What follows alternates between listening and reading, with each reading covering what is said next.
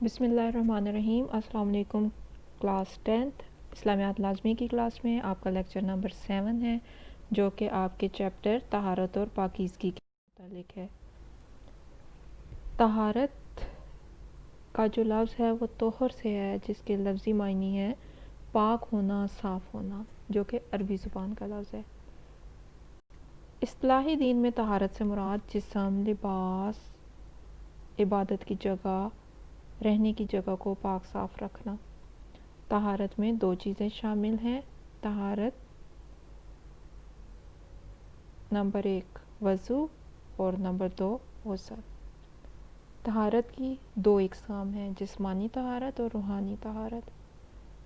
جسمانی طہارت میں تو دو چیزیں شامل ہو جاتی ہیں کہ آپ وضو کریں گے، غسل کریں گے تو آپ طہارت حاصل کر لیں گے۔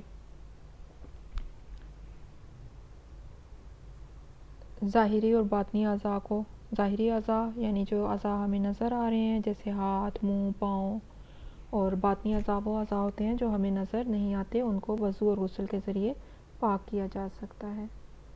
روحانی طہارت سے مراد روح کی طہارت ہے، اپنے خیالات کو پاکیزہ رکھنا، اپنی سوچ کو اچھا رکھنا، دوسروں کے متعلق ہمیشہ اچھا سوچنا، نیکی کی باتیں کرنا، یہ تمام چیزیں روحانی طہارت میں آتی ہیں۔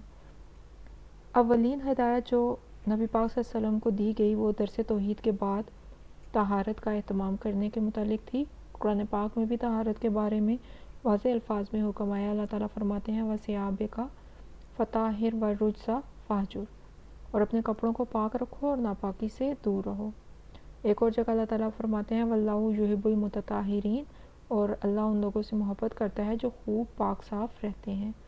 سورہ فرقان میں اللہ تعالیٰ فرماتے ہیں وَأَنزَلْنَا مِنَ السَّمَاءِ مَاءً طَهُورًا، اور ہم نے آسمان سے پاک پانی برسایا۔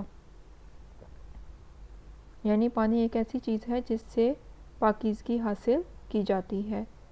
پانی طاہر یعنی خود بھی پانی پاک ہے، اور فطاہر دوسروں کو پاک کرنے والا بھی ہے۔ سورہ انفال میں اللہ تعالیٰ فرماتے ہیں اور اس نے تم پر آسمان سے پانی برسایا کہ تمہیں اس سے نہلا کر پاک کر دے اور نجاست کو تم سے دور کر دے۔ روحانی طہارت کے لیے ضروری ہے کہ انسان حلال اور پاکیزہ رزق کھائے۔ اللہ تعالیٰ فرماتے ہیں اے لوگو، جو کچھ زمین میں حلال اور پاکیزہ چیزیں ہیں اس میں سے کھاؤ۔ ان اللہ طیب، بے شک اللہ پاک ہے۔ پھر فرمایا لا یقبل الا طیبا، اور نہیں قبول کرتا سوائے پاکیزہ لوگوں کے۔ ایک اور جگہ فرمایا اللہ تم پر تنگی نہیں کرنا چاہتا، لیکن وہ چاہتا ہے کہ تمہیں پاک و صاف رکھے اور تم پر اپنی نعمتیں پوری کر دے۔ اسلام کا دوسرا اہم رکن نماز کے بارے میں قیامت کے دن سب سے پہلے سوال کیا جائے گا، اور اس کی ادائیگی کے لیے بھی طہارت اور پاکیزگی ضروری ہے۔ اللہ تعالیٰ قرآن پاک میں فرماتے ہیں اے مسلمانوں، جب تم نماز کے لیے اٹھو تو منہ دھو لیا کرو، اور کہنیوں تک اپنے ہاتھ اور سر کا مسح کر لو، اور پاؤں ٹخنوں تک دھو لیا کرو، اور اگر نہانے کی حاجت ہو تو اچھی طرح پاک صاف ہو جاؤ۔ طہارت از روح حدیث، حضور صلی اللہ علیہ وسلم نے طہارت کی اہمیت کو بیان کرتے ہوئے فرمایا ان الماء طہور لا ینجسہ شیء، پانی پاک ہے، اس سے کوئی چیز ناپاک نہیں کرتی۔ پھر فرمایا طہور شطر الایمان، طہارت نصف ایمان ہے۔ بعض جگہوں پہ یہ بھی ہے کہ طہارت ایمان کا حصہ ہے۔ ایک اور جگہ فرمایا اسلام کی بنیاد طہارت و پاکیزگی پر ہے۔ ایک اور جگہ فرمایا خوشبو لگانا اور مسواک کرنا انبیاء کی سنت ہے۔ ایک حدیث میں ہے کہ ایک دفعہ آپ نے چند صحابہ کرام کو وضو کرتے ہوئے دیکھا کہ ان کے پاؤں کی ایڑیاں خشک تھیں، تو آپ نے بلند آواز سے فرمایا ان ایڑیوں کے لیے عذاب آگ ہے، یعنی ایڑیوں کو اچھی طرح دھو لو یہاں تک کہ خشکی نہ رہنے پائے۔ آپ نے فرمایا جو نماز مسواک کر کے پڑھی جائے وہ ان 70 نمازوں سے بہتر ہے جو بغیر مسواک کے پڑھی ہوں۔ گویا ہم یہ کہہ سکتے ہیں کہ طہارت و پاکیزگی کے بغیر عبادت قبول نہیں ہوتی۔ طہارت ایمان کا حصہ ہے۔ طہارت نہ صرف جسم کو تندرست رکھتی ہے بلکہ روح کو بھی پاکیزہ رکھتی ہے۔ آئیے اب دیکھتے ہیں کہ طہارت کی اقسام اور اس کے فوائد کیا ہیں۔ طہارت کی جیسے کہ ہم نے پہلے بھی ڈسکس کیا ہے کہ طہارت کی دو اقسام ہیں، جسمانی طہارت اور روحانی طہارت۔ جسمانی طہارت سے مراد ظاہری اور پوشیدہ جسم کے حصوں کو صاف ستھرا رکھنا ہے، نجاست سے بچنا ہے۔ لباس، جگہ بھی جسمانی طہارت میں ہی شامل ہے۔ روحانی طہارت سے مراد روح اور دل کی پاکیزگی ہے، یعنی دل و دماغ کو گندے خیالات اور وسوسوں سے بچانا، کفر و شرک سے بچانا، نیک کام کرنا روحانی طہارت میں آتا ہے۔ فوائد دیکھتے ہیں جی۔ جسمانی طہارت کا پہلا فائدہ یہ ہے کہ اللہ کی محبت حاصل ہوتی ہے۔ طہارت اللہ کی محبت حاصل کرنے کا ذریعہ ہے۔ اللہ تعالیٰ فرماتے ہیں واللہ یحب المتطہرین، اللہ پاک صاف رہنے والوں کو پسند کرتا ہے۔ پھر صحت و تندرستی کی ضامن ہے۔ طہارت انسان کو مختلف بیماریوں سے بچاتی ہے۔ صاف ستھرا انسان تندرست رہتا ہے اور ذوق و شوق سے عبادت کرتا ہے۔ اللہ تعالیٰ نے بھی فرمایا کہ اپنے کپڑوں کو پاک رکھو اور ناپاکی سے دور رہو۔ نمبر 3، جسمانی طہارت کا فائدہ یہ ہے کہ دعا کی قبولیت کا ذریعہ ہے۔ اللہ پاکیزگی کو پسند کرتا ہے۔ پاک صاف رہنے والوں کی دعا کو بھی، جب کوئی شخص پاک صاف رہتا ہے تو اس کی عبادت قبول ہوتی ہے، جب عبادت قبول ہوتی ہے تو اس کی دعائیں بھی قبول ہوتی ہیں۔ اللہ تعالیٰ فرماتے ہیں کہ اللہ نہیں قبول کرتا سوائے پاکیزہ لوگوں کے۔ نمبر 4 ہے جی عبادت کے قابل ہونا۔ طہارت انسان کو عبادت کرنے کے قابل بنا دیتی ہے۔ جسم، جگہ، لباس کا پاک ہونا عبادت کے لیے شرط اول ہے۔ قرآن پاک میں اللہ تعالیٰ فرماتے ہیں نہیں چھوتے اس قرآن کو سوائے پاکیزہ لوگوں کے، یعنی قرآن پاک کی تلاوت کے لیے بھی ضروری ہے کہ انسان پہلے وضو کرے، پاکیزگی حاصل کرے اور پھر اللہ تعالیٰ کی کتاب قرآن پاک کو ہاتھ لگائے۔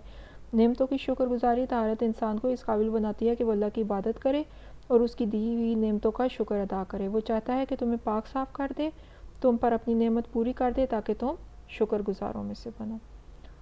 اب دیکھتے ہیں روحانی طہارت، یعنی اگر روح اور دل پاک ہوگا تو اس سے کیا فائدے حاصل ہوں گے۔ عبادت کی قبولیت، دل و دماغ پاکیزہ خیالات اور سوچ کے حامل ہوں گے تو عبادت میں سرور آئے گا اور پاکیزگی حلال رزق سے حاصل ہوتی ہے۔ انسان عبادت کے اصل مقصد کو جان جاتا ہے۔ اللہ تعالیٰ فرماتے ہیں اور اللہ کی دی ہوئی پاکیزہ چیزیں کھاؤ، یعنی جب انسان پاکیزہ چیزیں کھائے گا تو اس کے جسم میں خون جو بنے گا وہ بھی حلال خون ہوگا، پاک خون ہوگا۔ جب خون پاک ہوگا تو اس کے دماغ میں، دل میں جو خیالات اور سوچیں پیدا ہوں گی وہ بھی پاک ہوں گی، قرب الہی کا ذریعہ۔ پاکیزگی سے انسان کی عبادت سمجھ جاتی ہے، وہ اللہ کی رضا اور قرب حاصل کرنے کی کوشش کرتا ہے۔ پاکیزہ خیالات اور اچھی سوچ نیک کاموں کی طرف رہنمائی کرتی ہے۔ روحانی تسکین کا ذریعہ ہے۔ روحانی طہارت روح کی تسکین کا باعث بنتی ہے۔ پاکیزہ خیالات نیک اعمال کی طرف رہنمائی کرتے ہیں۔ پھر ہے عرفان الہی کا ذریعہ۔ روح کی پاکیزگی عبادت کی قبولیت اور اللہ کی پہچان کا ذریعہ، اللہ کا قرب، نیک اعمال اور عرفان الہی کے حصول کا ذریعہ ہے۔ اب دیکھتے ہیں کہ جو ہم نے شروع میں دیکھا تھا کہ طہارت میں 2 چیزیں شامل ہیں، ایک وضو اور دوسرا غسل۔ تو سب سے پہلے ہم دیکھتے ہیں کہ غسل کا مسنون طریقہ کیا ہے۔ غسل کے لیے ہمیں سب سے پہلے استنجا کرنا ضروری ہے۔ دائیں ہاتھ سے پانی لے کر دونوں ہاتھوں کو گھٹنوں تک دھوئیں اور پھر استنجا کریں، چاہے نجاست لگی ہے یا نہیں لگی۔ پھر دونوں ہاتھوں کو صابن سے دھو لیا جائے، پھر وضو کیا جائے۔ پورا وضو کرنے کی ضرورت نہیں ہے، کلی کریں، حلق تک پانی پہنچائیں، ناک میں پانی ڈالیں۔ اگر غسل فرض ہے تو پھر بسم اللہ کے علاوہ کوئی دعا نہ پڑھی جائے۔ جسم پر پانی بہایا جائے۔ وضو کے بعد سر پر پانی ڈالیں، پہلے دائیں کندھے پر اور پھر بائیں کندھے پر۔ پورے جسم کو صابن سے مل کر اچھی طرح دھویا جائے تاکہ کوئی حصہ خشک نہ رہے، اور پھر 2 مرتبہ دائیں جانب اور 2 مرتبہ بائیں جانب جسم پر پانی بہا لیا جائے اور آخر میں جسم کو تولیے سے خشک کر لیا جائے۔ فرائض غسل کیا ہیں؟ غسل کے 3 فرائض ہیں۔ اگر ایک بھی رہ جائے گا تو غسل نہیں ہوگا۔ کلی کرنا اور حلق میں پانی پہنچانا، ناک میں پانی ڈالنا، سارے جسم پر پانی بہانا کہ جسم کا کوئی حصہ بھی خشک نہ رہے، حتیٰ کہ بالوں اور ناخنوں کی جڑوں تک بھی پانی پہنچانا۔ اب دیکھتے ہیں کہ غسل کا مسنون طریقہ، وضو کا مسنون طریقہ کیا ہے۔ وضو کے 4 فرائض ہیں۔ پیشانی کے بالوں سے لے کر ٹھوڑی کے نیچے تک اور ایک کان کی لو سے لے کر دوسرے کان کی لو تک پانی پہنچانا، دونوں ہاتھ کونیوں سمیت دھونا، چوتھائی سر کا مسح کرنا، دونوں پاؤں ٹخنوں سمیت دھونا۔ یہ فرائض سنتیں ہمیں پتہ ہوں گی تو ہم وضو کو پراپر طریقے سے کر پائیں گے۔ وضو کی سنتیں کیا ہے جی؟ نیت کرنا، بسم اللہ پڑھنا، ہاتھ گھٹوں تک 3 بار دھونا، مسواک کرنا، 3 بار کلی کرنا، 3 بار ناک میں پانی ڈالنا، داڑھی کا خلال کرنا، مردوں کے لیے ہر عضو کو 3 بار دھونا، ترتیب سے وضو کرنا، ہاتھ پاؤں کی انگلیوں کا خلال کرنا، سر کا مسح کرنا، کانوں کا مسح کرنا اور پے در پے اس طرح وضو کرنا کہ ایک عضو کے خشک ہونے سے پہلے دوسرے کو دھو لینا۔ طریقہ دیکھتے ہیں۔ وضو کرنے سے پہلے تسمیہ یعنی بسم اللہ کہہ کر وضو شروع کیا جائے اور یہ دعا پڑھی جائے: اللہم اغفر لی ذنبی و وسع فی داری و بارک لی فی رزقی، اے اللہ میرے گناہوں کو بخش دے اور میری رہائش گاہ میں میرے لیے کشادگی پیدا فرما اور میری روزی میں برکت عطا فرما۔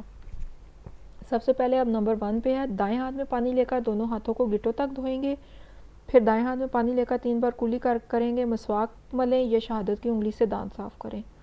نمبر 3 پہ ہے، غرارہ کرنا ہے، حلق تک پانی پہنچانا ہے، روزے کی صورت میں ایسا نہیں کرنا۔ نمبر 4، 3 بار ناک میں پانی ڈالیں، نتنوں تک پانی پہنچائیں، بائیں ہاتھ سے ناک صاف کریں۔